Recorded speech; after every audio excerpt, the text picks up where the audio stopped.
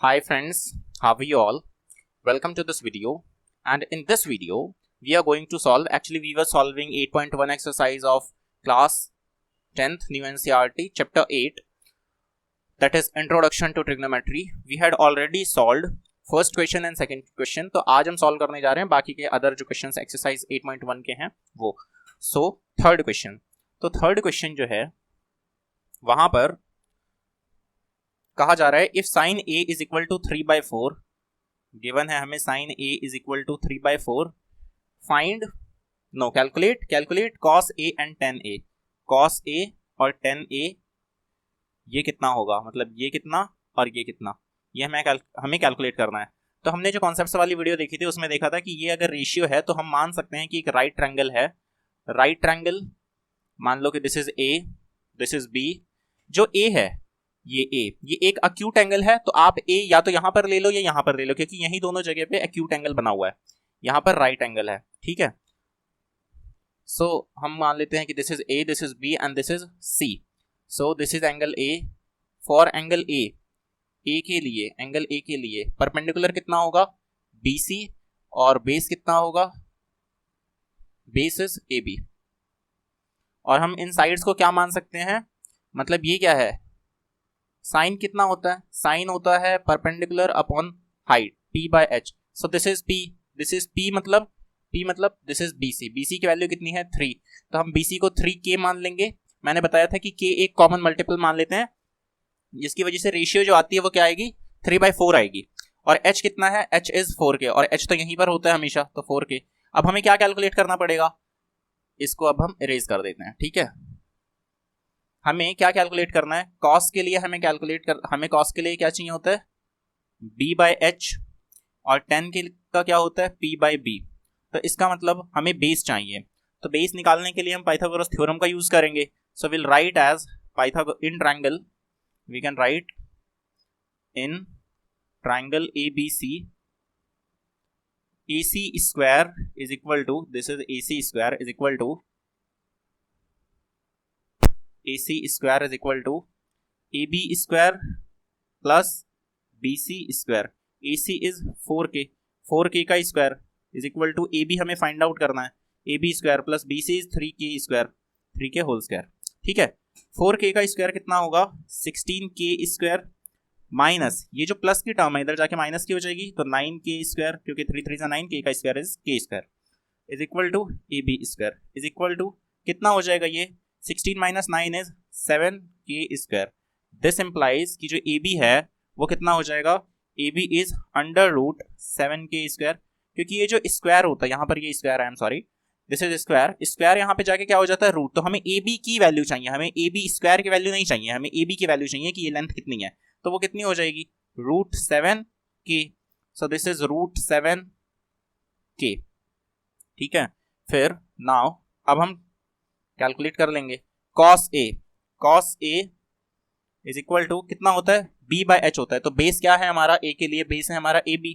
So this is ab and h कितना है ab हम कैलकुलेट कर चुके हैं root 7k upon ac is 4k, this is equal to root 7 upon 4, k से k कैंसिल आउट हो चुका है, ठीक है.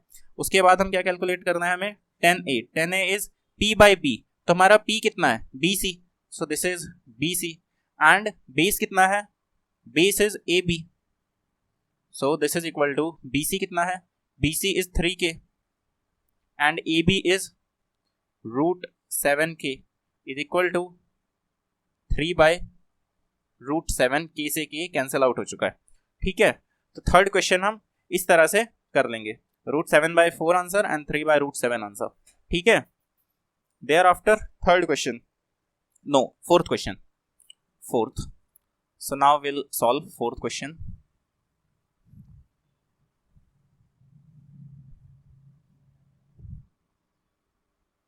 In question number 4 कहा गया है कि गिवन है हमें, जैसे हमें पिछली बार गिवन था sin a is equal to 3/4, तो इस बार गिवन है cot a, और यहां पर लिखा गया है 15 cot a is equal to 8, ठीक है. And we have to find out sin a is equal to how much and sec a is equal to how much, ये दोनों हमें फाइंड आउट करना है। तो cot 15 cot a is equal to 8, इसका मतलब ये हुआ कि cot a जो है that is equal to 8 by 15, क्योंकि ये 15 यहाँ पर cot a के मल्टीप्लाई में है तो यहाँ डिवाइड हो जाएगा। तो अब इसको हम सेम थर्ड वाला क्वेश्चन जिस तरह से हमने सॉल्व किया था उसी तरह से सॉल्व करेंगे। हम cot का देखेंगे कि cot क्या होता है, cot is b by p, ठीक है। तो अब हम एक राइट ट्रायंगल बनाते हैं, एक राइट ट्रायंगल बनाएंगे। राइट ट्रायंगल के अंदर ध्यान ये बात रहे कि जो a है यहाँ पर वो क्या है, अक्यूट एंगल है। तो अक्यूट का मतलब या तो यहाँ पर ये एंगल होगा या यहाँ पर होगा। तो यहाँ पर ये हम a एंगल बना लेते हैं, b पे हम राइट एंगल मान लेते हैं और c पे हम ये दूसरा अक्यूट एंगल, ठीक है। उसके बाद हम क्या करेंगे कि b बाई p, तो अब a के लिए बेस कितना होगा, a के लिए बेस कितना है, a एंगल है ये, और मैंने क्या बताया आपको कि जो बेस होता है वो वाली साइड जो उसके एडजेसेंट हो।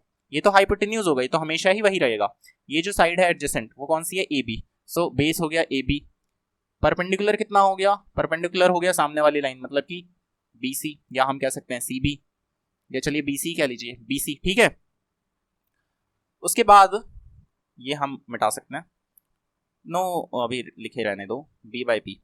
अब बेस जो है, बेस कितना है, ये है हमारा बेस, और बेस का मतलब ये हमारी लाइन है ए बी, ठीक है। ए बी की वैल्यू हमारी 8 के कुछ 8 के उस पे आएगी, 8 के मल्टीपल पे, मतलब के अगर हम कॉमन मल्टीपल मानेंगे तो 8 के आ जाएगी, और ये 15 क्या है, ये है परपेंडिकुलर, तो ये है बी सी।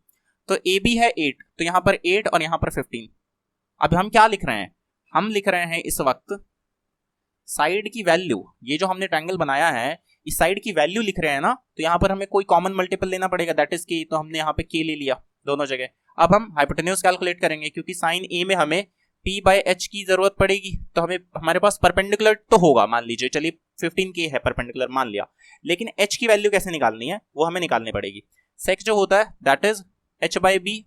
सो यहाँ पर भी हमें h की वैल्यू चाहिए होगी, तो हम क्या करेंगे, पहले h की वैल्यू निकाल लेते हैं। In triangle A B C, A B square is equal to, not A B square, it is A C square, A C square is equal to B C square plus A B square. A C square is equal to B C कितना है 15 के whole square plus A B that is 8 के whole square. ये कितना हो गया, 15 के का स्क्वायर कितना हो गया 225 के स्क्वायर, प्लस 8 के होल स्क्वायर कितना हो गया 64 के square. Okay, so A C square is equal to 225 and this is, it will come out to be as, ये कितना बनेगा 549 268 एंड 2 के स्क्वायर, ठीक है। दिस इंप्लाइज कि जो ए बी होगा वो कितना होगा, इस पे रूट आएगा, ये वाला स्क्वायर जो है इस पे रूट आएगा, और रूट के बाद ये 289 कितना हो जाएगा 17, और के स्क्वायर कितना हो जाएगा के। सो दिस इज 17 के, ठीक है। नाउ हम ट्रिग्नोमेट्रिक रेशियोज लिख सकते हैं। ट्रिग्नोमेट्रिक रेशियोज में हम साइन ए लिखेंगे, sine A is equal to होता है कितना p बाई एच। तो हमारा p क्या है, हमारा एंगल a के लिए p बी सी है, तो ये हमने लिख दिया बी सी अपॉन h कितना है that is A C. B C is equal to कितना है बी सी 15 के and A C is equal to 17 के से के जो है कैंसिल आउट होएगा, तो कितना आएगा 15 बाई 17, ठीक है। उसके बाद लिखना है हमें सेक ए। सेक ए में सेक कितना होता है, सेक होता है कॉस का इनवर्स, कॉस होता है B by P, no no no B by H, B by H ये होता है कॉस, तो इसी का उल्टा इसका मतलब एच बाई बी।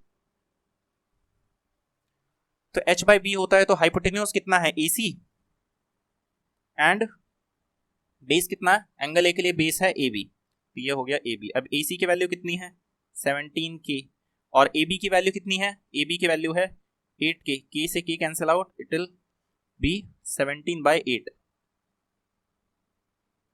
ये आ गए हमारे दोनों आंसर्स, ठीक है। इस तरह से हम फाइंड आउट कर लेंगे। अगर हमें कोई एक भी रेशियो पता होगी तो हम कितनी भी बाकी की जो पांचों रेशियो है वो कैलकुलेट कर सकते हैं। अब हम फिफ्थ क्वेश्चन करेंगे, ये भी सिमिलर ही है, fifth question is also similar.